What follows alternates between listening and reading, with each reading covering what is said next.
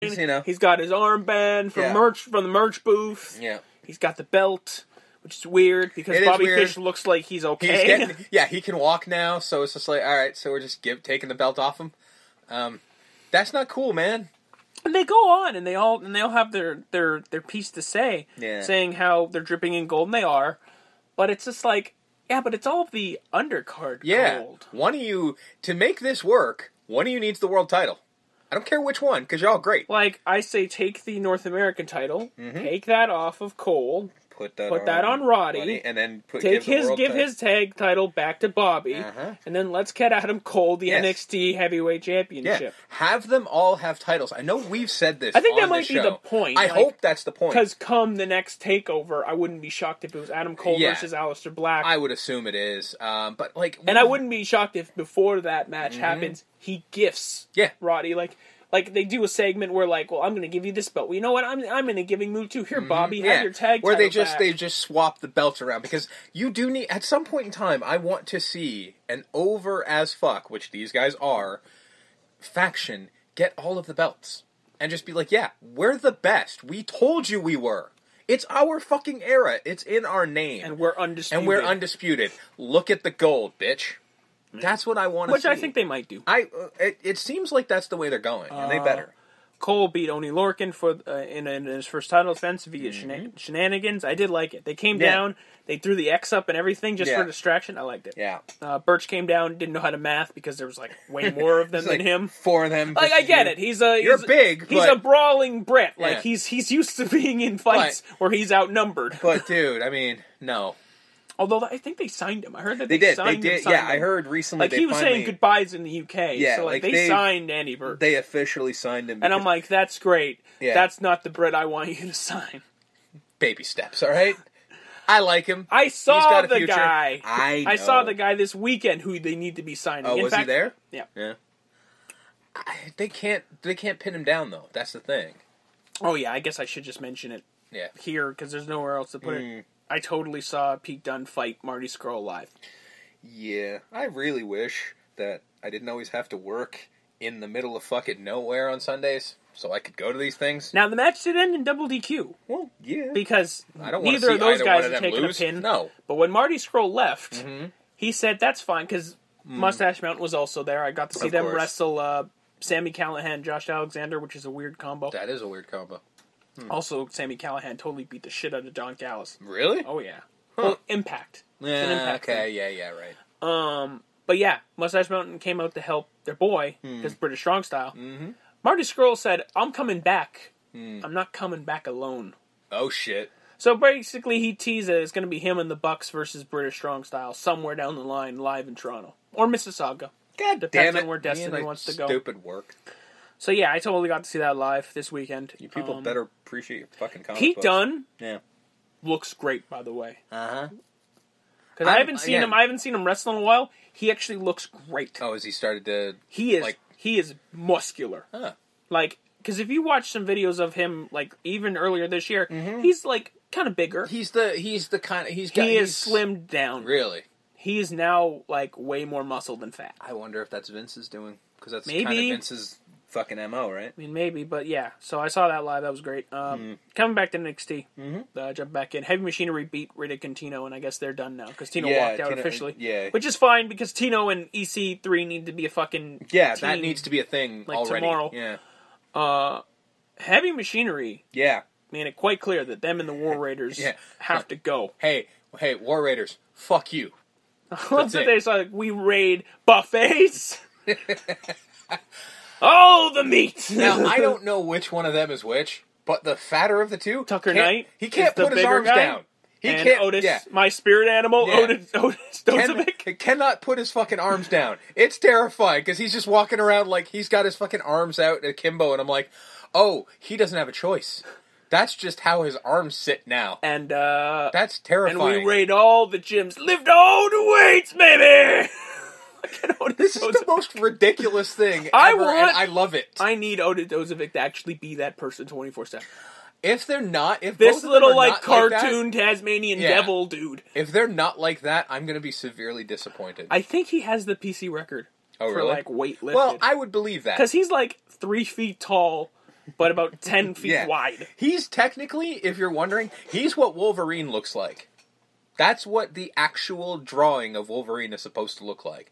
Fucking maybe tiny a little bit more muscular. Well, he's supposed to be cut, not fat. Yeah. But, you know. Although I'm not going to call Otis McFat to his face. Well, no, because he'll cave in yours. He will literally lift me and throw me. And eat you. Yeah. You're the new steak. Yeah. And weight. I was actually disappointed that it was just Tuck at Greatest Royal Rumble and not both. Yeah, that was kind of weird. Johnny Gargano was gonna fight Aleister Black. In theory. But then fucking Doctor Doom shows up. Yeah. Or the Phantom of the Opera, or whatever fucking... Dun, dun, dun. Whatever was on fucking... Ciampa's face. I don't know. He insists on leaving that, He looks like a comic book villain. Which is great. And he beat 7 shades of shit out of Johnny Gargano. Oh, yeah. He wasn't done now. And I'm like, I thought they were... I guess we're not done here. This is not ending anytime soon. Like, they stretch your job, again, fucking for your consideration, Candice LeRae. Mm-hmm. Just stand by her man, just terrified. As he gets, like, lifted out. Yeah. And then, like, Aleister Black kind of rocking around in the background going, well, I guess that match isn't happening. He was literally standing there watching them load him into the ambulance. He goes, huh. And then walks away. And I'm like, oh, shit. Well, he walks to the ring, calls out Ciampa going, well, I guess you want a piece. And then Sanity comes in. He goes, no, but we do. Black versus EY. Was it for the belt? It was. He beats EY and literally kicks Sanity out of NXT. Yeah, well, we already know where and they were never seen again. Yeah, pretty much. He Black Mass kicked all 3 of them. Yep. And that's it. Yeah. Gone. They're Just gone. like Vega and Almas. Just you'll gone. never see them again. Yep. Although they did make a play of Nikki Cross.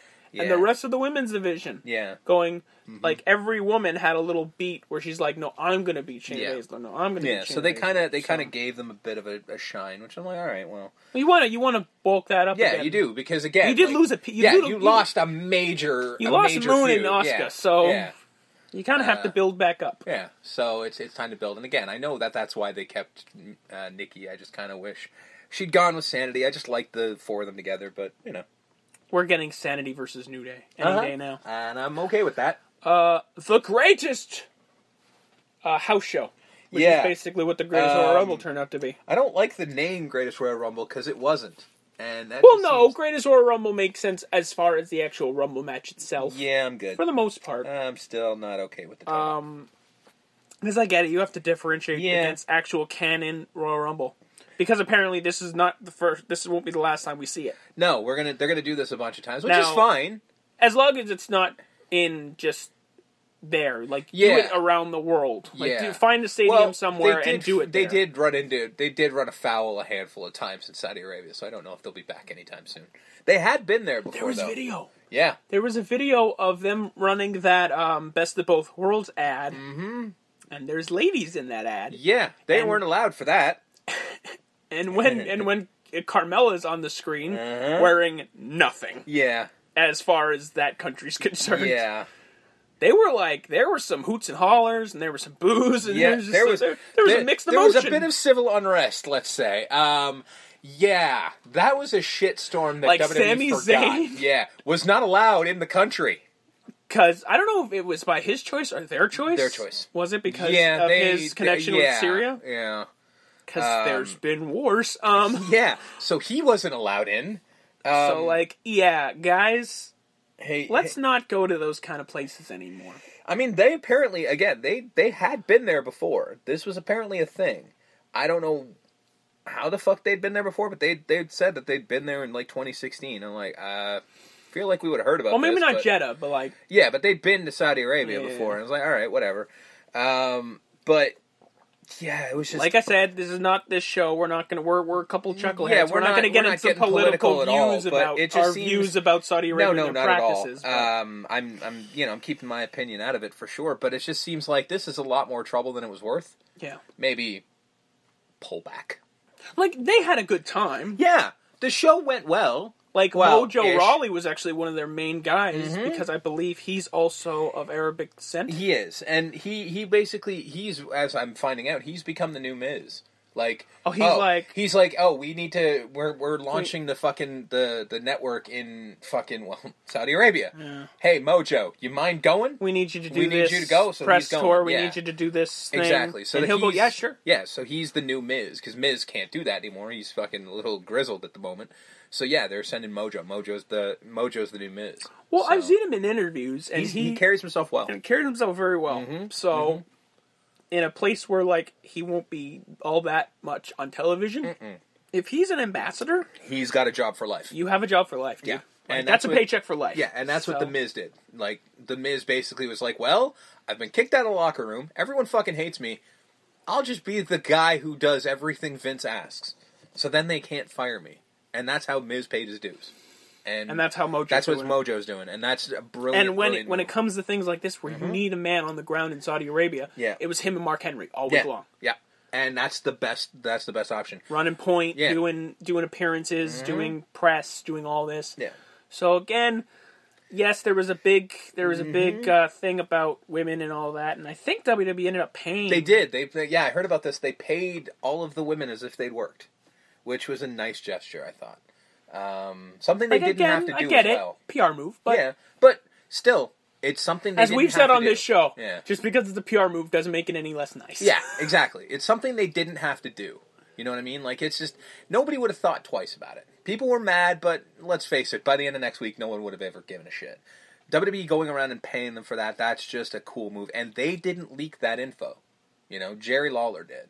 Whether they told him to, I don't know. I don't work for a big company, but WWE didn't make a press release about it. That, to me, is a good sign. Yeah, so... although there was one funny little bit, and this is coming from Uncle Dave, not me. Apparently... When Saudi Arabia was putting this together, there was two guys that they wanted. Oh yeah, this was hilarious. They wanted, there were two guys they wanted. They wanted Ultimate Warrior and they wanted Yokozuna. I think it was the Prince? Yeah, the Prince was who was setting it up. He's like, these are the two guys you really need to have featured. And it's like, okay, we can't do that. They're both kind of like really, really dead. They have ceased to be. Yeah. We got another sumo guy. They have gone and joined the choir of oblivion. little bit. So they can't show up, but we do have connections to another sumo guy. Which is why I actually have that. Yeah, that was why that guy was there. Yeah. That's why that guy. Because I'm literally going, why the fuck who is this guy? Yeah. And then they're putting him over like he's a thing, and I'm like, don't do that. Don't pretend like we should know who this is. That was obviously for the Prince. Yeah. I just like the whole royal family got the first 5 sections. Yep. Oh, you could tell. The whole floor. It was throwing me off. All the people in their ceremonial garb and shit, they wouldn't sit down. And after, in the first match, it was distracting because everyone's getting up and walking around. I'm like, this is weird. It's throwing me off. Because everybody in their traditional clothing is standing and walking around. They're not sitting down. I'm like, are they security? Why won't they sit the fuck down? It was driving me nuts. Mm. Through the whole John Cena Triple H match, I just kept looking around going, what the fuck are they doing? And I'm like, well, it's not much there's much going on in the ring, so I can keep an eye on this because this is very interesting to me. Yeah. So basically, the actual event boiled down to a ginormous house show. Yep. This is what a house show would have been. Mm-hmm. Cena beats Triple H, decent enough match. Yeah. Cedric and Kalisto were on the main show. They were. So hey, I mean... Greatest Royal Rumble has one thing over WrestleMania. Yeah.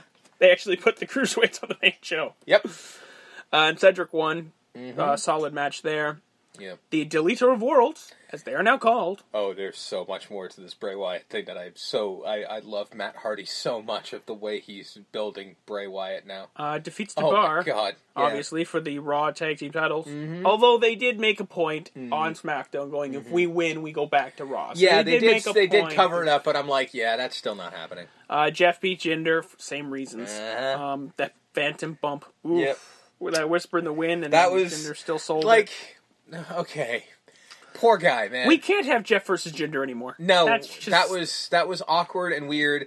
Jinder, I guess, has never seen a Jeff Hardy match. I mean, that could have, and it has happened to anyone. But it was spectacular. Yeah. It was, because, not even close. It was an air ball, and you still sold it. Dude, you had to see how far Jeff was away even from the you. Commentators were like, we're not sure what that was. You know what? I will say this, and I mean, somebody, I think it was his laughing Byron, fit. It was Corey who tried his damnedest. He was trying to throw Jeff off by selling it. He literally said, "I think it was the shaking of the mat that threw his knees that were already weak off." dude. That's the most. That's Corey, that's the best. Dude, that is the best you can manage. But I mean, I'm